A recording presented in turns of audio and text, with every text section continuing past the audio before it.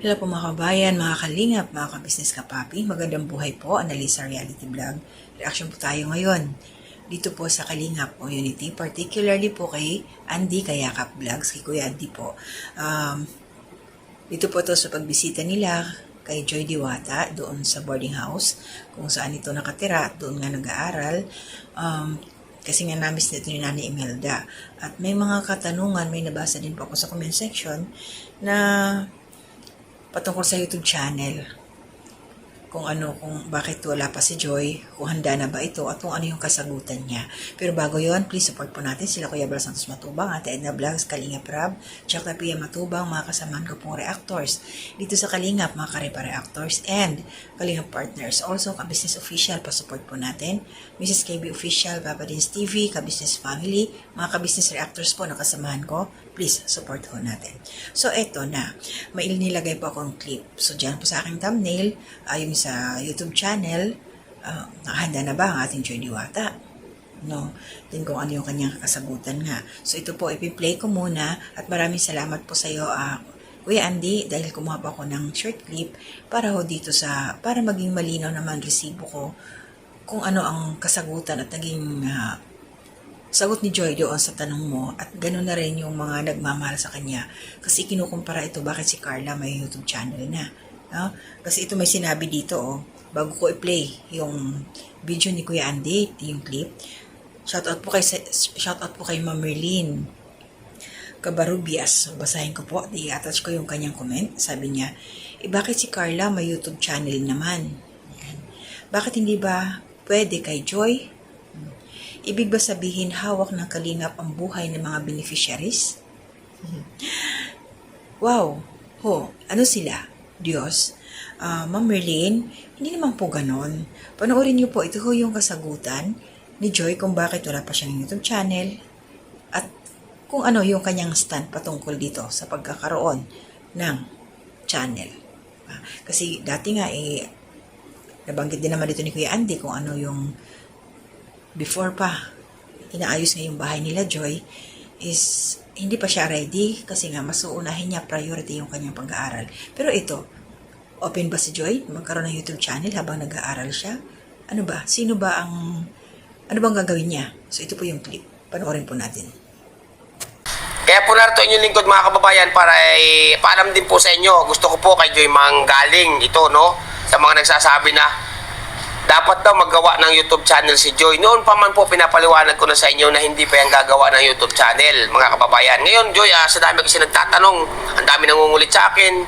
Pero yung mga nangungulit sa akin, yun yung mga nagmamahal sa iyo.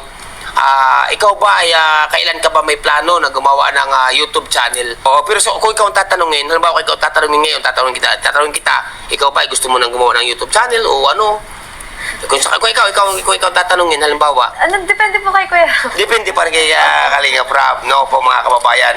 Kasi po sabi usapan namin ni Joy nung yun sasabi ko sa inyo noon, hindi pa naumpisa ng bahay ni Nanay Imelda, ni Joy Diwata doon sa kanila, no, ng ating na-scout, ni-represent kay Kalingap Rab, ay talagang hindi mo na si Joy gagawa ng YouTube channel kasi nga po, siya po ay nakapokus sa pag-aaral. Di ba kayo noon, no? Pero kung sakali, dumating ang araw na gagawa ka ng YouTube channel. Opo, pag po ni Kuya Rab, sinabi po ni Kuya Rab. Siyempre si Kuya Rab naman po ang magdidesisyon po nun. Tama, kung gagawa ka na. Pag sinabi ni Kalingap Rab, Okay. na, halimbawa, Joy, magawa ka ng YouTube channel. Si Kuya Rab naman po magagawa po. O yun, oo, yan po mga Kalingap. Willing po si Joy na magawa ng YouTube channel kapag yan po ay sinabi ni Kalingap Rab na pwede siyang magawa ng YouTube channel, no? So, ayun mga kalingap, napanood niyo po, Ma'am Merlin Cabarubias. So, si Joy naman is talagang masunurin, sumusunod lang siya. Open ang batang to, na kay Kalingap Rab, kung bibigyan, gagawaan siya ng YouTube channel, okay lang sa kanya. Kung hindi, okay lang din sa kanya. So, nag-aantay lang siya at sumusunod siya kung ano yung gagawin, kung ano yung mga plano ni Kalingap Rab. So, may tiwala yung batang to syempre sa Kalingap. And of course, nag-aaral nga po. At bas gusto niyang, para kay Joy, mahirap po kasi yung course niyan, yung nursing. Pag nagkaroon na ng YouTube channel, madidivide na yung oras niya. Imbis na magpo-focus siya doon sa kanyang mga lessons, mayroon pa siyang ibang iisipin. Di ba? Tapos ibablog pa siya nila Kalinga Prab. Pero siguro pag may right time na, alam ni Kalinga Prab yan kung kailan dapat. Wag ko tayong magmadali kasi panahon naman ho yan. At alalay lang. Kalmahan lang po natin, sino ba yun? Ma'am Merlin. Kalma lang po, kalma. Relax lang. Malay natin, pag nakagraduate na si Joy, may trabaho na siya, saka siya makapag-vlog, di ba? Ngayon kasi, mahirap. Kailangan talaga nakatutok yan. Siyempre, mga review, ang daming kailangan nilang mga i-memorize niyan. Diyos mio. Kaya Joy, good luck. Salamat. Ang saya niya. Ang ganda lalo. Walang bahid na kalungkutan, talagang bagay sa kanyang pangalan, Joy Diwata. So yun, maraming salamat. At panoorin niyo po ang buong video na to kay Kuya Andy kasi meron din pong hinatid na blessing ito galing po sa sponsor. Kasi ayon niya sa kanya, sa layo nga, kailangan pag bibisita siya kay Joy, may purpose. At the same time, kasama sila Nanay Imelda at saka yung kapatid niya, nagsama-sama si Rhea, nandoon din sa kanyang pamangkin. Kasama nila. Namiss nga ni nanay yung kanyang mga anak kaya kita-kita sila. So, mas maganda yun yung purpose na pupunta sila dun sa boarding house na hindi nasasayang yung oras. Hindi yung basta na lang, kasi yung iba gusto halos laging iba-vlog si Joy yung ganun. Iba talaga. Nahiya din syempre si Kuya Andy na pupunta nga doon. Wala naman siyang ibibigay. Ganun. Diba? Nabanggit naman yun sa video. So, bisitahin niyo po at panoorin ang upload po ni Kuya Andy. Isang araw pa lang po yung nakalipas. At ito po sa aking community spotlight. Maraming salamat po sa inyo. Ma'am Edin Ibasco Domingo, shout out po. Ma'am Saring Cooking Edition, shout out po. Ma'am Aljon Vlog 96 Official, shout out po. Sir Eric Ghost Hunter Official, shout out po. Ma'am 88 Cactus 88, shout out po. Ma'am Liz Tabilon, shout out po. Ma'am Hazel Da Costa, shout out po. Ma'am Maramara 77 Vlog, shout out po. Thank you sa support. Ma'am Genevieve Agosto, shout out po. Ma'am OMC's Vlog, shout out din po. Ma'am Leticia Berlandino 46, shout out po. Ma'am Flordelisa Apalia, shout out po. Sirichay Mix Vlog, shout out po. G Vlog OFW, ma'am, shoutout po. And syempre, Kareak Bing, Karepa, sis, shoutout po. Tintin Store Vlogs, ma'am, shoutout po. And atin Ning Mix Vlog, shoutout din po, ma'am.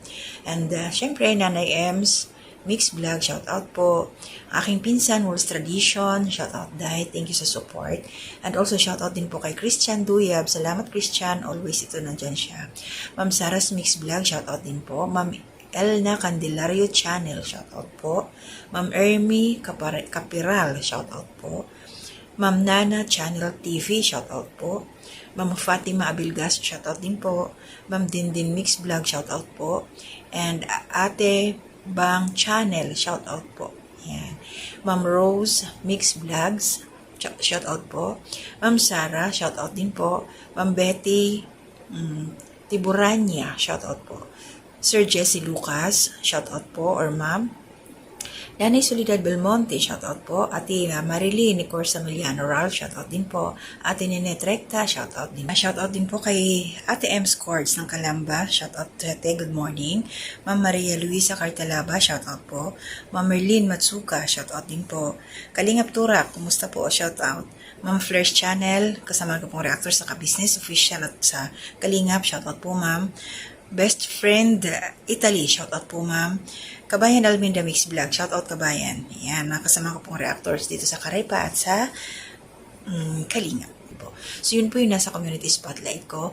Thank you Lord dahil nabasa ko po kayo at ito, na-shoutout ko po kayong lahat. At syempre yung mga silent viewers dyan, shoutout po sa inyo. At yung mga baguhan po na hindi ko pa nakita sa comment section, napusuan ko lang, hindi ko pa-memorize yun. Salamat po sa inyong lahat. Shoutout din po. So ingat po tayo, aking pamilya. Shoutout din po sa aking asawa at mga anak. Ayan, aking mga kapatid. Syempre ay nanay ko, nasa heaven na siya. Magkasama na sila ni tatay. Shoutout sa inyo. So, ingat po tayo. Hanggang dito na muna. Love po. To God be the glory.